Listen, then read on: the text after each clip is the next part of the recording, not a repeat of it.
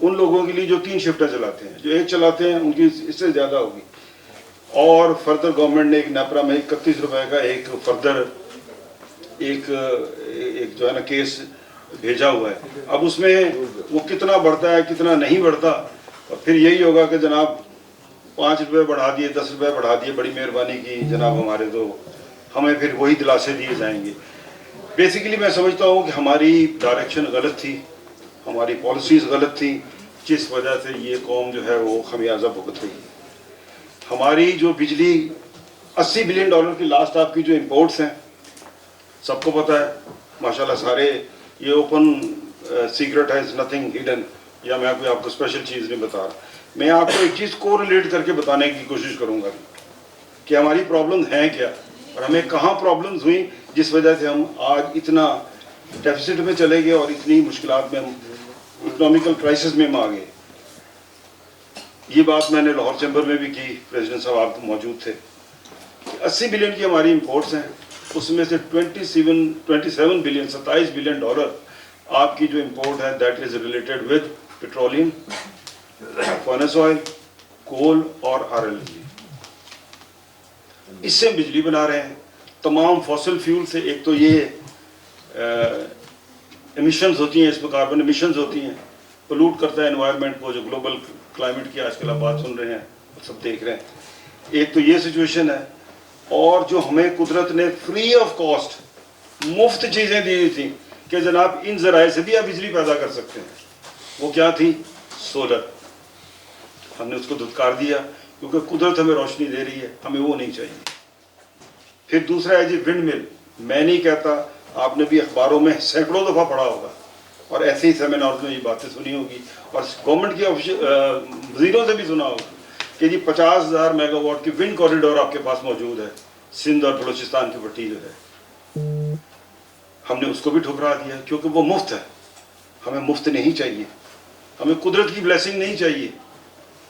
تیسرا، آپ کا ملک آدھا ابھی بھی گوتے کھا رہا ہے. ابھی بھی سندھ میں پانی تو نہیں نکلا، اتنا پانی آپ کے پاس اویلیبل تھا کہ آپ کا ملک گوتے کھا رہا ہے.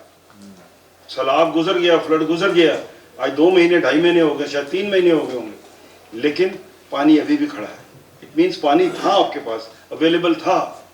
ہم نے ہائیڈل سیکٹر پہ توجہ نہیں دی کہ ہم وہاں سے اپنی زراعت کو بہتر کرتے، برانی علاقوں میں پانی پہنچاتے، فوڈ سیکیورٹی کے مسائل حل کرتے. ہم نے وہ کام نہیں کیا. ہم کس، اور آپ کو بجلی ملتی، بائی پروڈکٹ ملتی، وہ بھی آپ کو سستی ملتی. ہم اس $27 بلین میں سے اگر آدھے بھی بچا لیتے تو جس کرائسس میں ہم آج کھڑے ہیں شاید نہ ہو. اب یہ کوئی راکٹ سائنس تو ہے نہیں. آج ہم سولر کی طرف چل پڑے ہیں. گزارش کرنے کا مطلب یہ ہے کہ ہماری جو لانگ ٹرم پالیسیز ہیں وہ درست نہیں ہیں، اور جو IPPs نے جو مار دھاڑ کی ہے وہ کسی سے چھپی نہیں ہے. اس وقت لینتھ میں بہت ساری بات کی جا سکتی ہے. ہر پروجیکٹ میں کک بیک ہے، ہر پروجیکٹ کا فیول جو ہے 20% 30% ایکسٹرا آج بھی چارج ہو رہا ہے اور بازار میں بک رہا ہے. پھر ہم کہتے ہیں جی ہماری کاسٹ آف ڈوئنگ بزنس بڑھ گئی. دنیا میں پاکستان اکیلا تو نہیں ہے جو ان چیزوں سے بھی بجلی بنا رہا ہے. ہم نے ایسی غلط پالیسیز دی، ایسے لوکریٹو کھاتے فری چھوڑے، اور دنیا میں دیکھیں کوئی بھی بندہ کوئی چیز خریدتا ہے، سارے وپاری ہیں. میں میرے چھوٹے برخداروں کی طرح، چھوٹے بھائی کی طرح ہیں پریزیڈنٹ LCCI. میں ان کے پاس بھی جاؤں گا نا اگر پلائی ووڈ لینے تو میں شاید 2 سے پوچھ کے جاؤں گا. اتنا سی ہیں شیر کہ یہ دیکھنا کہ اس نے ہمیں چھوڑا کیا، کوئی لحاظ بھی کیا ہے. اور دنیا سے آپ پوچھ کے جاتے ہو، سمجھ کے جاتے ہو، اور پھر آپ جو گورنمنٹ میں بیٹھے ہو ان چیزوں کے جو فیصلے آپ کرتے ہو، اور اس میں اگر آپ اس کی جو احساس ذمہ داری کا مظاہرہ نہ کرو تو پوری قوم بھگتتی ہے. 302 تو آپ ایک بندے پہ لگاتے ہو، اسے ایک بندے نے دوسرے کو مار دیا، یا تو پوری قوم کو آپ مار رہے ہو. کون ذمہ دار ہے؟ سو گزارش کرنے کا مطلب ہے چیزیں بہت ساری بہتر ہو سکتی ہیں، اور اس ملک میں بہتری کی گنجائش بہت ہے کیونکہ ہم اتنی پستی میں ہیں. اب میں چند چیزیں آپ کو وہ بھی بتا دیتا ہوں کہ ان چیزوں کو کچھ بہتر کرنے سے کہاں کہاں بہتری ہو سکتی ہے. اور آپ ایک سیکٹر سے کہیں گے کہ ایک سیکٹر سے اگر آپ بہتری کریں گے تو یہاں ساری چیزیں درست ہو جائیں گی، اس طرح نہیں ہوگا. ہر سیکٹر میں 5-10-15% بہتری ہوتی جائے گی. یہ جو ہم ایک امید جاگتی جائے گی.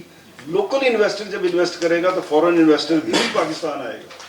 اگر لوکل انویسٹر شائی ہوگا اور وہ ہر وقت اسی چکر میں رہے گا کہ میں نے گولڈ لینا ہے, میں نے درہم لینا ہے, میں نے باہر پیسے کڑھنے, تو پھر یہ اکانومی اس طرح معاملات سنبھلیں گے نہیں. باتیں بہت ساری کی جا سکتی ہیں. اب 800 بلین روپیہ جو ہم سب سے پہلے تو دیکھیں, ہر پولیٹیکل پارٹی کہتی ہے کہ جی ہمارے 800 ارب روپے جو ہے وہ ضائع ہوتے ہیں اور پرائیویٹائزیشن ہونی چاہیے. ایک تو پرائیویٹائزیشن ہو. ہم کیا کر رہے ہیں, اوپر سے ریسورسز ڈال رہے ہیں اور نیچے سے جہاں سے لیکیجز ہیں ان کو پلگ نہیں کرتے. تو یہ تو آپ کا ڈرم کبھی فل ہوگا ہی نہیں, ریسورسز کبھی فل نہیں ہوں گے. سو ایک تو ہے جی پرائیویٹائزیشن کریں, اور دوسرا ایگریکلچر کی سب دوستوں نے بات کی, میں بھی آپ سے عرض کروں گا, میں گو کہ ایگریکلچرسٹ ذاتی طور پہ نہیں ہوں, لیکن میں سمجھتا ہوں اس سیکٹر میں ہم اتنے پیچھے رہ گئے ہیں.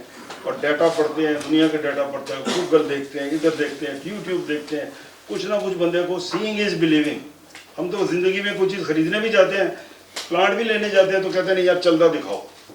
چلتا دیکھتے ہیں تو کسی اور کو دیکھتے ہیں, 2-4 پلانٹس دیکھنے کے بعد پھر مطمئن ہوتے ہیں کہ نہیں یار یہ چیز دل کو اپیل کرتی ہے. تو یہ ساری دنیا نے اچیو کر لی ہے, جو کہ میں اب چند گزارشات کرنے لگا ہوں کہ یہ اچیویبل ہیں اور بڑی ایزی ہیں.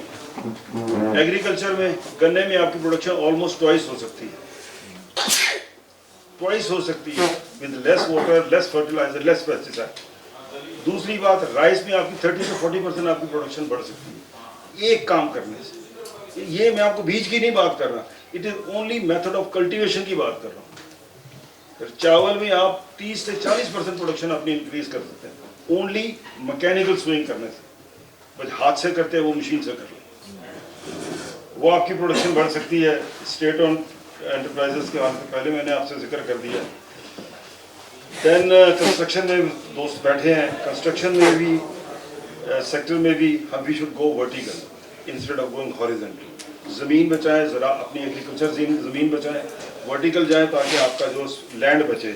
اور اس میں بھی یہ کوشش کریں کہ کنزرویشن کے جو جدید تقاضے ہیں وہ پورے ہوں. اچھی انسولیشن کر لیں تاکہ آپ کو سردیوں میں اپنے گھر کو گرم کرنے کے لیے آپ کے جو ہے وہ انرجی کم سے کم استعمال ہو, اور گرمیوں میں وہی اچھی انسولیشن ہوگی تو گرمیوں سے ہیٹ باہر اندر کم آئے گی, آپ کے لیے وہ بہتر ہوگا. پھر ہم سارے جاتے ہیں مختلف ممالک میں, چائنا میں میرے خیال میں سب نے درجن دفعہ اس سے بھی زیادہ دورے کیے ہوں گے.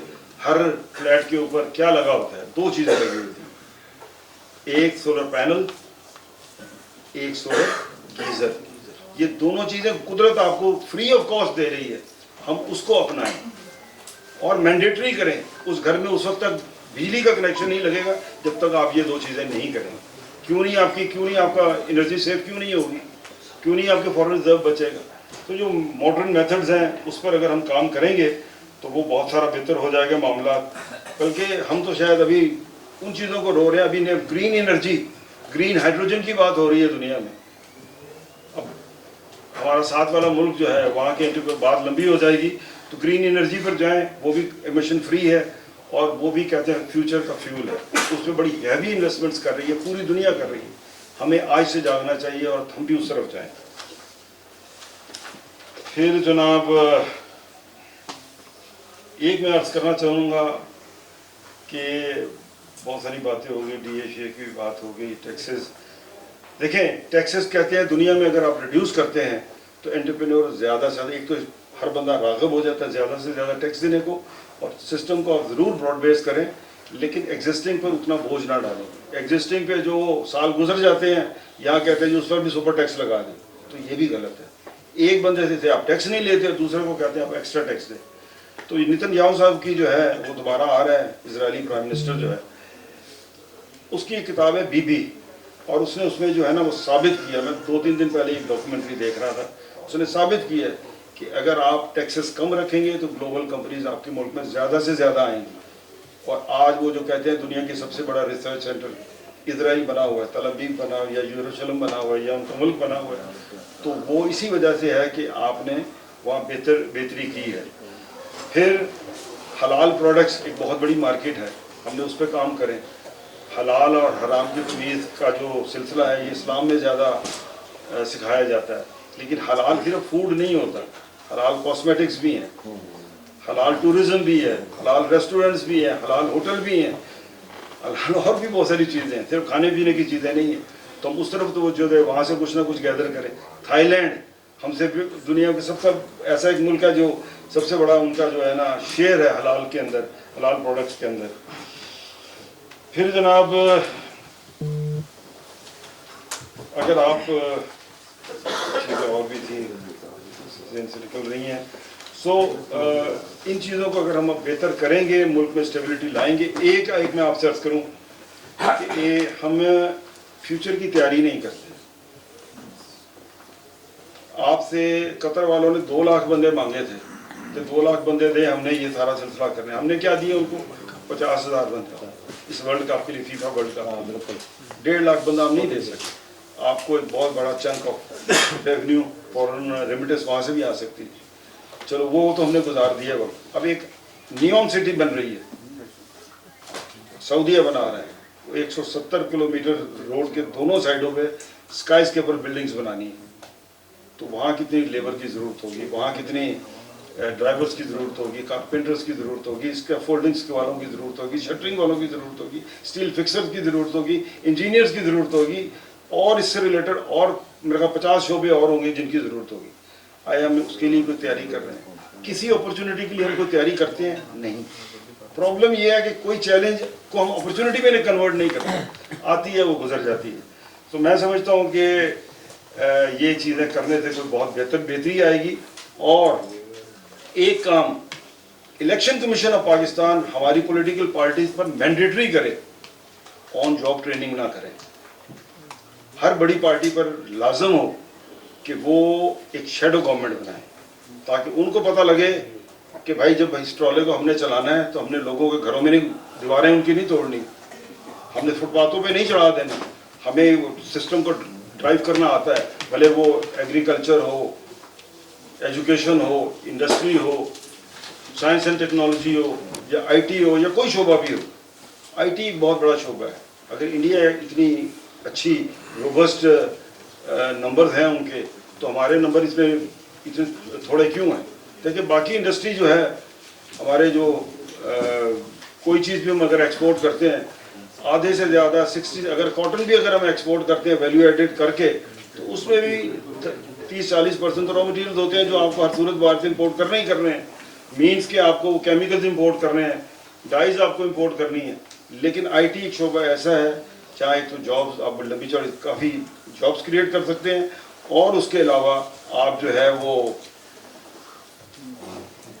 جو ہے اپنا اس میں آپ کی 100% جو بھی انپٹ ہوگی وہ لوکل ہوگی. اور اسی طریقے سے یہ جو جاب مارکیٹ میں 25 لاکھ بندہ جو ہر سال آتا ہے, اگر اس کو ہم روزگار نہیں دیں گے تو یہ ہمارے لیے مسائل کریٹ کرے گا. تو میں ان چند گزارشات کے ساتھ سارے دوستوں سے, پریزیڈنٹ صاحب نے بھی آپ سب سے ریکویسٹ کی ہے کہ بہت ساری چیزیں رہ گئی ہوں گی, میرے دن میں بھی بہت ساری چیزیں تھیں, وہ بھی بہت ساری رہ بھی گئی ہیں. لیکن گزارش کرنے کا مقصد یہ ہے کہ جو چیزیں ہم تھوڑا سا اس کو ڈراپ کر لیں, اور 8-10 شعبے جو بھی ہیں جہاں جہاں ہم کام کر سکتے ہیں ان میں کام کر کے ہر شعبے میں تھوڑی تھوڑی بہتری ہوگی تو مسائل حل ہوں گے. یہ نہیں ہوگا کہ آپ ایک ہی شعبے میں آپ کہیں گے سارے گول اچیو کر لیں گے, اس طرح نہیں ہوگا. تو ہم تھوڑی تھوڑی چیزوں کو ذرا بہتر کرتے جائیں گے ہر شعبے میں, تو وہ بہتری ہوگی.